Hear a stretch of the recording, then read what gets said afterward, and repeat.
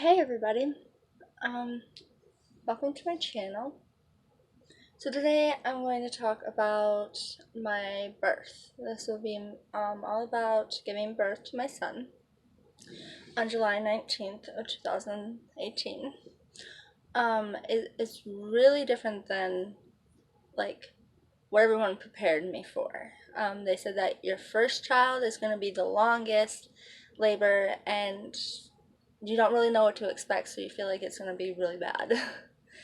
So, on that Sunday, which was um, July 15th, we were at the Iron Fair all day, and then that night at 4 o'clock, I was really sick and didn't really feel good, and then all day the next day, I was having contractions. They were less than 3 minutes apart, and they were lasting about a minute to a minute and a half. With that being said, I went to the emergency several different times, and they just told me that my contractions were not strong enough and close enough to be doing anything yet. I wasn't in active labor. It was just considered pre-labor. And my cervix was still closed that Tuesday. That Tuesday, which was the 17th, I had a doctor's appointment, and they checked me, and I was still closed. And I was doing all these different exercises to make the baby drop and to open up my cervix.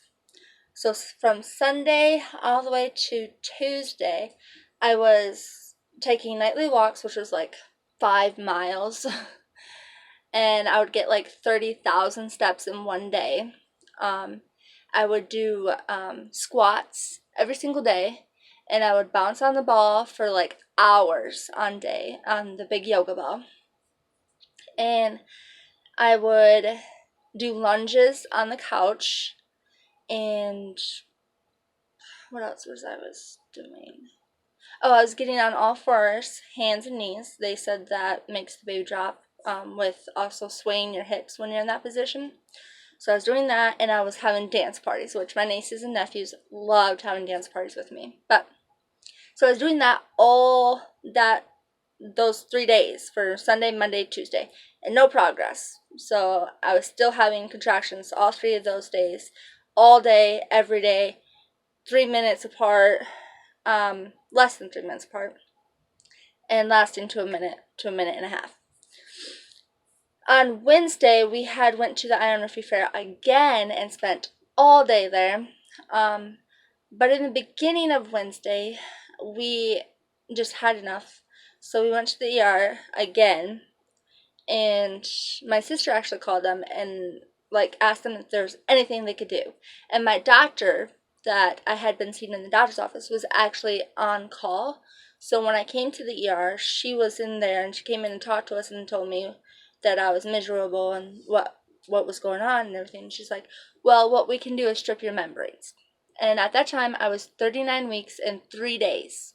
So I was getting close to my due date. My due date was July 22nd. I said, yes, please, please, please, strip my membranes. Do whatever you can. So she stripped my membranes, and then we went to the Iron Murphy Fair after that. That was around 4 o'clock when we got out of the hospital. We got down to the Iron Murphy Fair around 6, and at that time, my contractions were really getting stronger. Definitely could feel myself to where I couldn't walk through them. It was still a little bit of tense, and I could still walk through them, but I would have to slow down on my walking.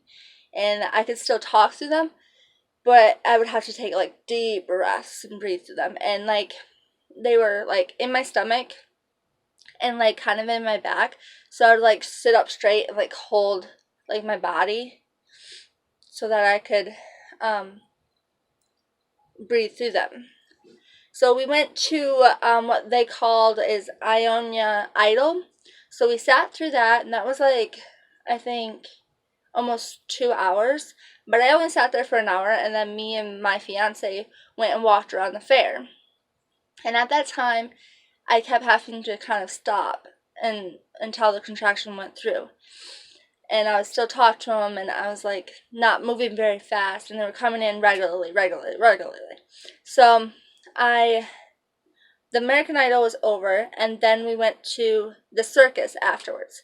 But it was just me and my fiance because my mom had to go run an errand for my sister. So we went and found seats at the circus and was waiting for my mom to come back. When she came back, we were on the bottom bench of the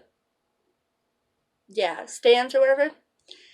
And so we were sitting there, and I had a contraction counter on my phone to keep track of every time I had a contraction and how long they were lasting. And we were sitting there, and we lasted maybe like 15-20 minutes into the circus. And then my mom was like, we should go to the hospital. Like, this is getting serious. Like, at that time I couldn't walk and talk through them. It was like hurting really bad. And so she's like, we need to go to the hospital. And I was like, no, let's just watch the circus. And everyone's telling me, no, we need to go. So I wanted to do as much labor at home as I possibly could. So we were walking to the car, and I think I felt better when walking and then having to stop when I had a contraction. Because when we got into the car and drove to the hospital, which was like a half hour to a 45-minute drive from where we were at, when I sat down in the car, they got like really, really intense. So I was like asking my mom every 5 minutes, are we close yet? Are we close yet? Are we close yet? And they're actually like picking on me because they're like, you didn't even want to leave the circus, and now you're asking if we're to the hospital yet? So yeah. So we got to the hospital, and we waited like maybe 5 minutes in the waiting room, and they sent me straight up, and they didn't even take me to the triage room. They took me straight to a delivery room. So we got in there, and that morning when she stressed my membranes, I was at a 1. And then we left the ER at 4. So remember that.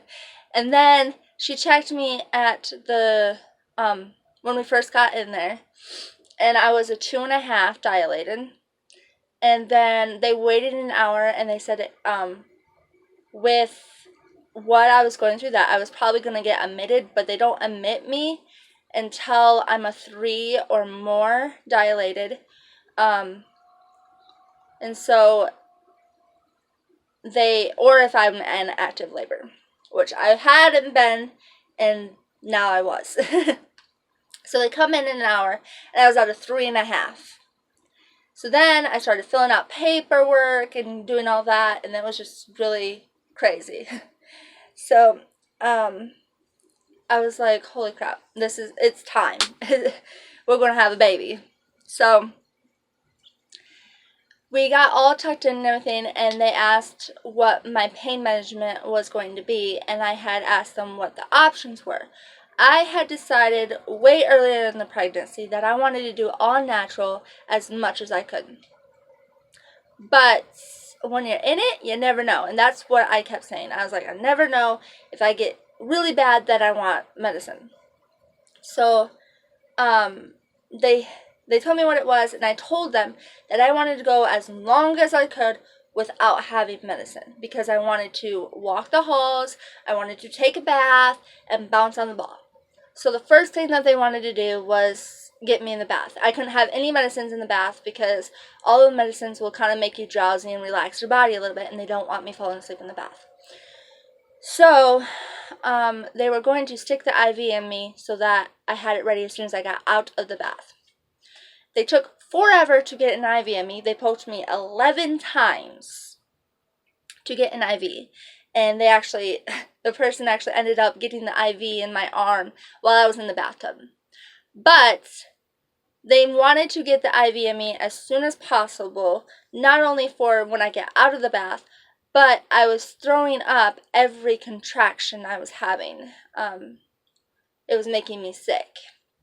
So then when I actually got up to go into the bath, which we were there for, this was probably around 2:30 in the morning.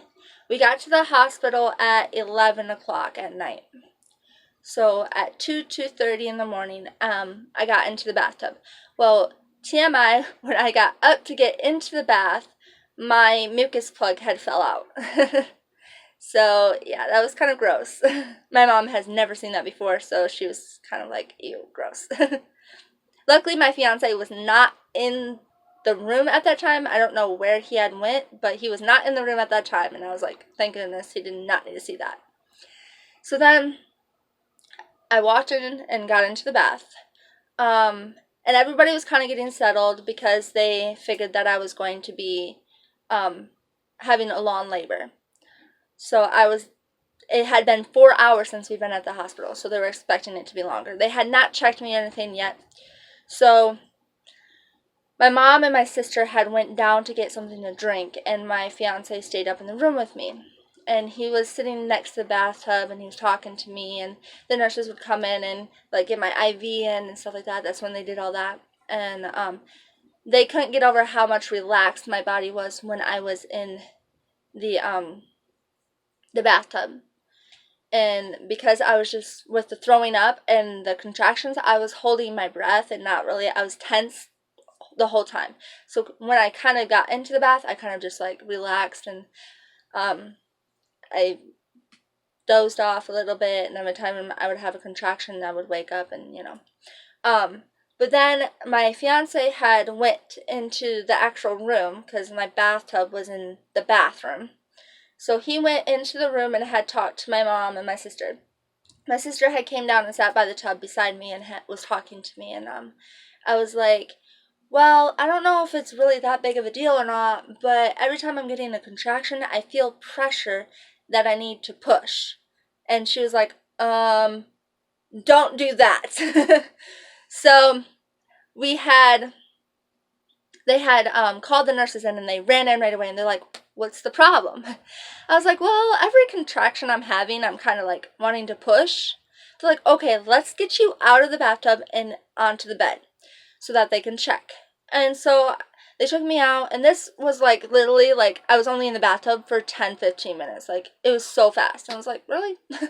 So I had gotten onto the bed, and she had checked me, and I was an 8. Okay? Everyone was surprised. I was an 8. And then, like, everything started going really fast. Like, they took my bed apart, and they, like, got all the baby stuff out for his little bed thing, and it was just, like, really fast. And when I got out of the bathtub, and before she had checked me, I had said, okay, I had enough. I want medicine. And they're like, well, depending where you're at, you may not be able to have medicine. So when she checked me and I was 8, and I was like, I want medicine, I need something. And she's like, well, I'm going to have to go talk to the doctor. But when the nurse was outside, my mom had explained to me that I cannot have anything right now. We had talked about that limit, that cutoff limit, to where you can't have medicine after you hit that stage. Well, you hit that stage. So, if they give you medicine now, your baby is going to be really sleepy and drowsy and not really awake when he comes out. So if you want your baby to be awake and alert and everything else, then you can't have anything. So I had made a decision, I'm not having anything. I'm okay with it. I can do this. So then she comes in and she's like, well, I'm sorry, the doctor had said that you can't have anything. And we're like, it's okay. I'm okay. So then when she was checking me, and when we first came in, she said my water was about to break. Like, it was right there. It's bulging. And then she checked me at an 8, and she said my water was still there. It had not broke yet. So then, after sitting on the bed for a while, and while they got everything around, it was like literally like 2-3 minutes. And I was like, I gotta pee, like really, really bad. They're like, well, we can get you a bedpan and you can try to go pee, or we can just like put like a like towels around you and you can just pee right there. And I was like, I'll just do that. So they like took the towel and wrapped it around like a diaper like looking thing. And I was like, I have to pee, and it's like wasn't coming out. And I kept saying that. I was like, I really have to pee, and it won't come out. And my mom's like, it's okay, relax. So I'm trying to relax, and all I keep thinking about is like this pressure, like I have to pee. Well, then my doctor comes in, and she's finally there, and I kept asking when I was having these contractions, like I had to push. They're like, don't push, because you're gonna like strain your uterus or something like that, and that would not be good. So I was trying really hard not to push. I was like, you know. So then the doctor comes in, and I was asking every 15 seconds, so is the doctor here? Is the doctor here? And she's like, she's 15 minutes away. I was like, what? Like, I'm going to end up giving birth to my baby, and the doctor's not going to be in here. Finally, she did show up. She came in, and she checked me, and I was an 8, and she's like, well, but when she stuck her fingers not even in me, my water head broke, and it, like, exploded on her. So it was time for baby after that. She was like, you're ready to go. So this part, like, when you're in the pushing stage, it all becomes like a blur to you. Like, you don't remember anything. Like, you remember everything before and everything after, but in the pushing stage, you're like, go time. So I'm like pushing and pushing and pushing, and then they're like, okay, just breathe, you can push whenever you want, whenever there's a contraction, just relax, just do it, blah blah blah. Well, then I saw her getting this little gadget thing out that looked, I don't know, it looked really weird.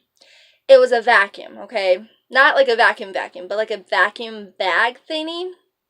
And what that is to do is to help the baby come out. Well, his heart rate had fallen for 8 minutes, and they did not tell me. And all they said was that if I don't get this baby out of the canal on this next push, they're going to have to use a vacuum.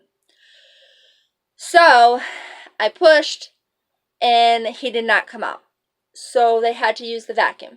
And once he got up into the canal a little bit more to where he could breathe and whatnot, his heart rate went back up. And then they're like, okay, you're good. You don't have to worry about pushing. They just had to use that vacuum for one quick second to help him get into the canal.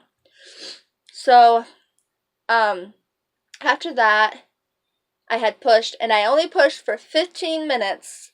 And then he came out with the cord wrapped around all over his body, and that is why his heart rate had fallen, because the cord was not like wrapped around his neck, but it was like wrapped around his body. So like when he was coming out, it was pulling on the cord, if that makes sense. So it was like he had it wrapped around his neck and around his foot and around his leg and everything else. So it was like pulling on his neck when it came out, when he was trying to come out. So that is why. And then he had to be seen by the pediatrician as soon as he came out. Now, with him coming out in 15 minutes, he had pooped all over me. And the doctors had said they had never seen that happen before. So that was really grody. So they take him and weigh him and get him all cleaned up and everything. And then they had to sew me up a little bit. I had like maybe 2 or 3 stitches. And yeah, so my birthing story was very eventful, from going from the fair to giving birth. And like, I gave birth, it was 9 hours was my active labor. That's crazy. Yeah, with my sister-in-law and my sister and my mom, they all had like 14 hours or more first kid labors. So I was going into this expecting to be there a long time. They said, oh, don't expect the baby to be there as soon as you get to the hospital. That's unlikely. It can happen, but not very often. and I wanted to do as much as I could at home. Well, I almost had the baby at the Iron Fever, so that it was very surprising. And they said with your next kid, your labor can even go faster. So I'm a little scared for that, to see how quick my next baby is going to want to come out. But I am so thankful. Everything went great. Everything was awesome. And I had a pretty good labor, and it was all natural, no medication, which I had said from the very beginning. But I said if it got too bad that I was going to have something. I just can't get over that they poked me 11 times. I've never had an IV before, so no one really knew how my veins were. But they're terrible. Let's just say they're terrible for next time. So that is my birthing story. If you have any questions or like to know anything else about it that I didn't mention, Liam was 7 pounds 3 ounces and 20 inches long. So there's his measurements. If there is anything else I did not cover that you would like to know, please leave it in the comments and I'll get right back to you.